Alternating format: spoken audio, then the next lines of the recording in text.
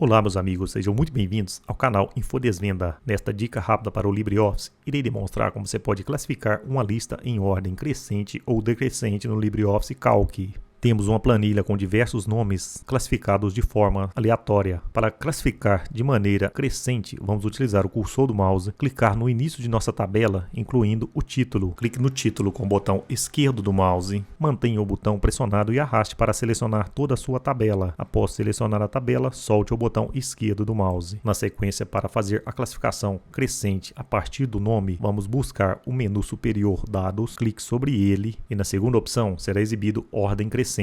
Reparem em nossa tabela que o Carlos Alberto é o último da tabela. Ao clicar em ordem crescente, ele irá movimentar para a posição 6 da tabela. Clique em ordem crescente. Caso você queira, poderá ordenar por ordem decrescente também. Vamos clicar em ordem crescente e reparem, foi classificado de maneira crescente pelos nomes seguindo o alfabeto. Reparem que a planilha continua selecionada. Vamos seguir, queremos classificar nossa tabela pela segunda célula, idade. Volte no menu Dados. Na primeira opção, Ordenar, será exibido a opção de ordenar personalizado. Na aba Critério de Ordenação, na chave de ordenação 1, clique na seta ao lado e escolha qual critério você quer seguir para fazer a classificação dos dados. Vou escolher a segunda opção, idade, e em crescente ou decrescente vou deixar em crescente para classificar da menor para maior. Após, basta clicar em OK, não é necessário mexer nas demais configurações. Após clicar em OK, reparem que minha tabela foi reclassificada seguindo por base a idade, iniciando da idade menor para maior. E voltando em dados, você também terá a opção de classificar por CEP. Vamos clicar em dados, escolher ordenar, clicar na seta ao lado de coluna e escolher CEP, manter o CEP crescente e clicar em OK. E assim, nossa planilha foi totalmente reordenada com base na classificação do CEP. E esta foi mais uma dica rápida do canal Infodesvenda sobre o LibreOffice Calc. Espero que tenha te ajudado de alguma forma. Se ajudou, se inscreva em nosso canal. Deixe um like no vídeo e um comentário, pois sua inscrição, seu like e seus comentários são muito importantes para o nosso trabalho.